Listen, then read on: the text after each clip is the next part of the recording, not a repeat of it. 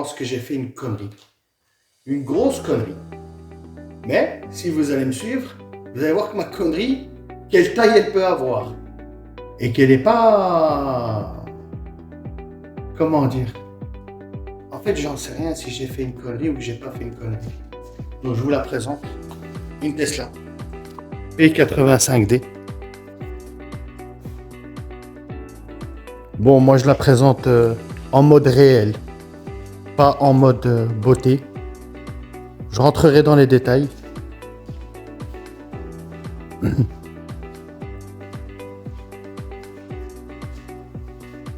Apparemment, ça a 700 chevaux.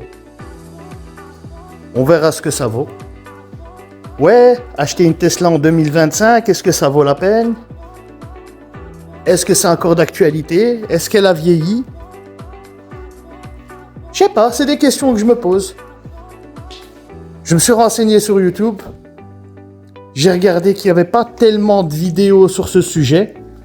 Donc, moi, qu'est-ce que je me dis? Autant en faire une. J'ai toute ma vie roulé en thermique. C'est ma toute première voiture électrique. Je savais même pas que P, qu'est-ce que ça voulait dire. 85, qu'est-ce que ça veut dire. D, qu'est-ce que ça veut dire. On en voit de toutes les couleurs. Et là maintenant, c'est un bon essai, je sais pas, une bonne présentation. En 2025-2026, là on y rentre.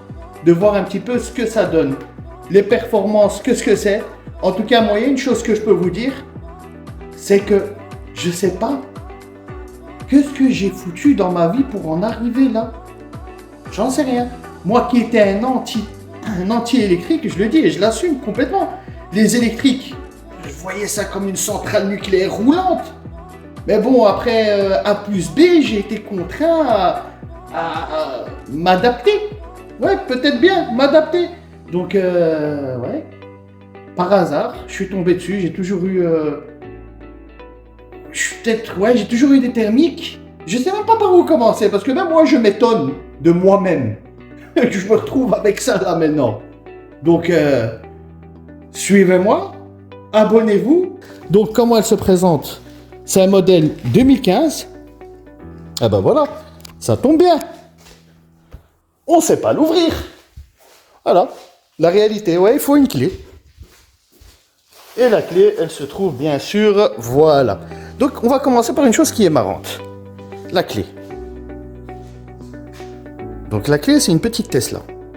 Elle se compose, je pense, de 3 boutons.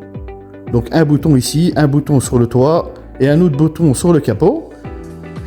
Bon, ça, on reviendra plus tard. Je m'approche d'elle.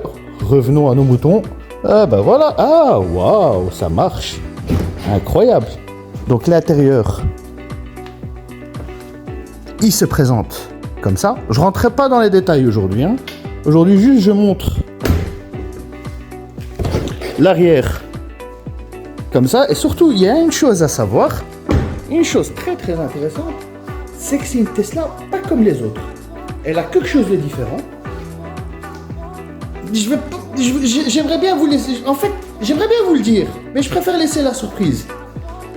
Et aussi... Ah oui, du carbone. Première fois dans ma vie que je touche du carbone. Donc, on en profite ici.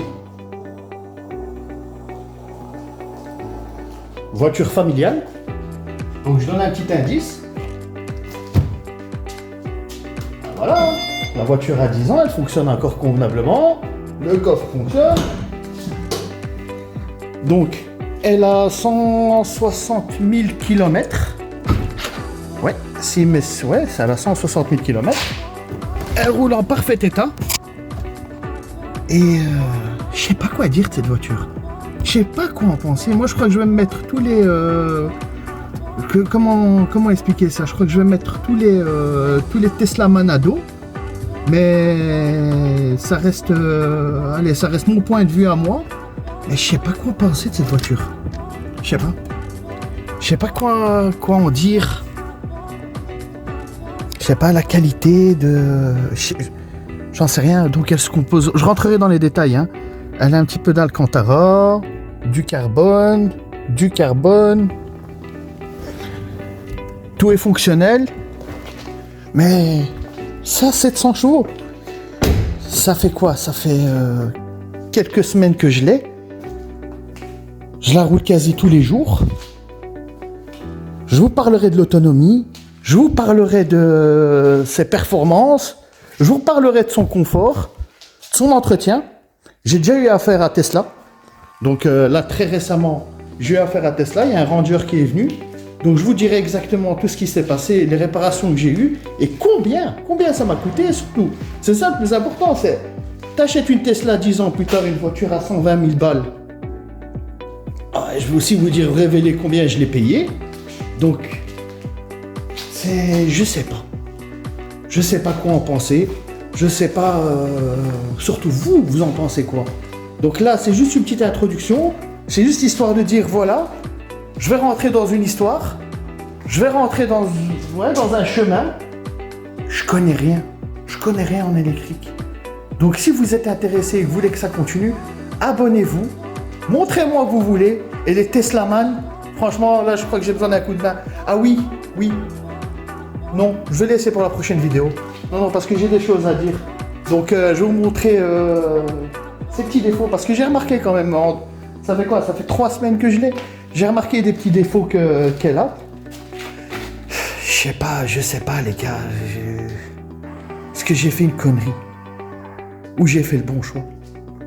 Et ah oui, j'ai pas de bande de recharge chez moi, donc ça sert à rien de me dire oui, je me tape 10 heures de recharge tous les jours pour qu'elle puisse, ou bien je vais dans un superchargeur, donc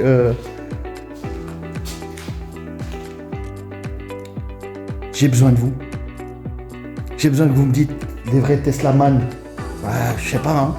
C'est quoi cette voiture? Est-ce que c'est une voiture? C'est un vaisseau? C'est un jouet? Les gars, je vous laisse.